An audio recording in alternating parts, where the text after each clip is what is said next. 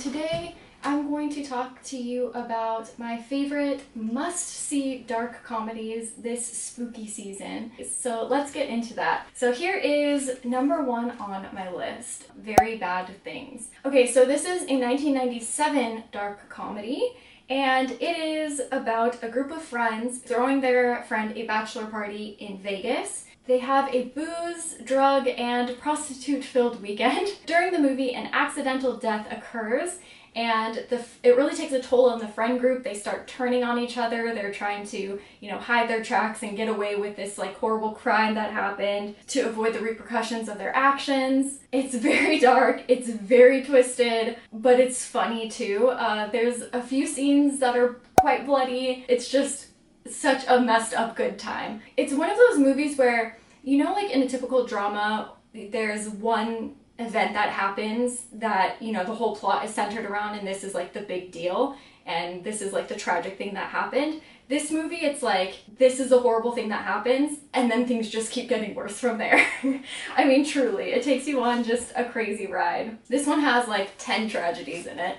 So you're just following this group of friends around trying to navigate. The main character, he's getting married, so all he cares about is getting married to his wife. So he's trying to keep things calm and his friends calm so he can just get through the wedding and then they'll deal with it. But the friends definitely are paranoid and they start turning on each other, and it's so twisted, but it's really fun. So I definitely recommend this one if you haven't seen it. Also, it is on Stars right now, so if you have Stars, you can head over there and watch it. Number 4 on my list is Ready or Not. So this movie actually came out last year, and I immediately fell in love with it. Just watching the trailer, I knew I was gonna like this film, and then I went in and it just blew my expectations out of the water. It is so fun and bloody. It is just a bloody good time. It's about this woman. She marries into a rich family, but before she is truly accepted into the family, she has to play a game. Their legacy began in games. That's how they made all of their money, so she has to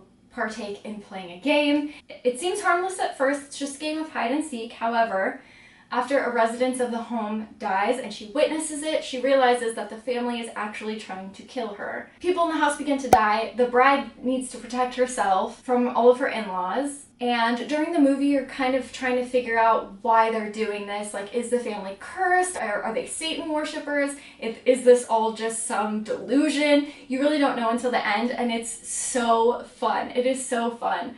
The sister-in-law, I think, is the best part of this movie. She makes like 90% of the comical scenes. She's fantastic. Oh, it's also a really fun mix of they're in this old mansion and they use a lot of candelabras. The music, they use old-timey music. The weapons that they use are old, but then it takes place obviously in modern times. It's like a modern day twist on a Satan worshipping story. And I highly suggest that you watch it if you haven't seen it. This one is on HBO Max, so if you have HBO Max, definitely give this one a watch if you haven't already. I love this film. Okay, so for number 3 on my list, we have The Burbs. This movie is so fun. So this one is definitely one that has a lot of traditional horror elements, and same with Ready or Not, very horror. Very Bad Things isn't so much horror, it's just dark comedy. So The Burbs definitely has a lot of elements in horror. Again, it has a lot of classic visuals of horror, like the big Victorian mansions, dead trees in the front yard, the organ music playing when certain people come out. It's a really fun film. So you have some eccentric neighbors moving into the neighborhood, and the people on the street kind of band together to try to figure out what's going on because they become paranoid that they are actually murderers and gravediggers. If you've seen this movie, it's just it's such a good, fun film. Like I said, it has those traditional elements, the big Victorian mansions, the organ music, all of these visuals that we think of when we think of, Halloween or horror movies or whatever, haunted houses, but then it's smack dab in the middle of the suburbs. It's just such a brilliant film. It's so fun, and I highly suggest it if you haven't seen it. It's just a good time. So the main man, Tom Hanks, in the film kind of like goes on this mission to figure out what is really going on, and he takes things a little bit too far. Number 4 on the list, we have April Fool's Day. So this is a 1986 horror film. By the way, The Burbs is on Stars and this one is on Amazon Prime. So this one, oh my gosh, you guys, this is such a nostalgic film for me. I loved this film growing up. This is one of my favorite horror films growing up. Rewatching it this week just made me realize, like, oh man, I love it so much. It's such a good film. So anyway, highly suggest this one. It's so fantastic. So the story is about this woman named Muffy. She invites all of her friends to her newly inherited mansion on a private island. And it's April Fool's Day weekend, so they're all playing practical jokes on each other, laughing and having fun, and it's all a good time until some of the friends start showing up dead. There's one quote in here that's like my favorite line ever. It's Muffy when she's waiting for her friends to arrive, and she says,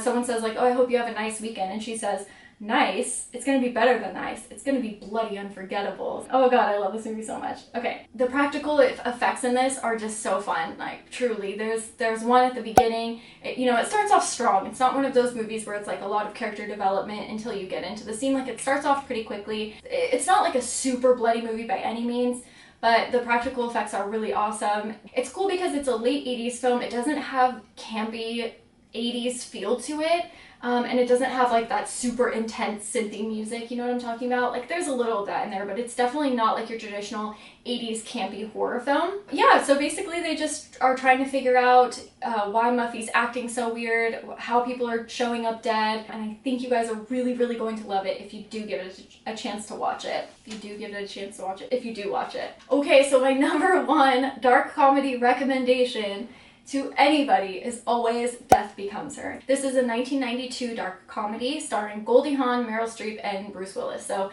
a big name cast, and they all do a fantastic, phenomenal job. This is, again, one of those horror movies that I grew up with that I love so much. It's so nostalgic for me, and it's really, really funny, even though it is a little bloody and brutal at times as well. So the movie is about 2 women, Meryl Streep and Goldie Hawn, and they will go at great lengths to outdo one another because of jealousy and their own insecurities, and also I think a little bit of societal pressures. This is further complicated by a love interest, Bruce Willis. This movie is funny, it's silly, it's amazing. Again, practical effects, phenomenal. Oh man, how do I even describe this? They find this woman who sells them a potion that is promised to keep them alive forever. However, they have to take good care of their body in order to do so. Both women end up taking the potion not knowing that the other woman has. It results in both of them dying and not taking good care of their body at all. Goldie Hawn is shot through the stomach and Meryl Streep ends up breaking her neck. So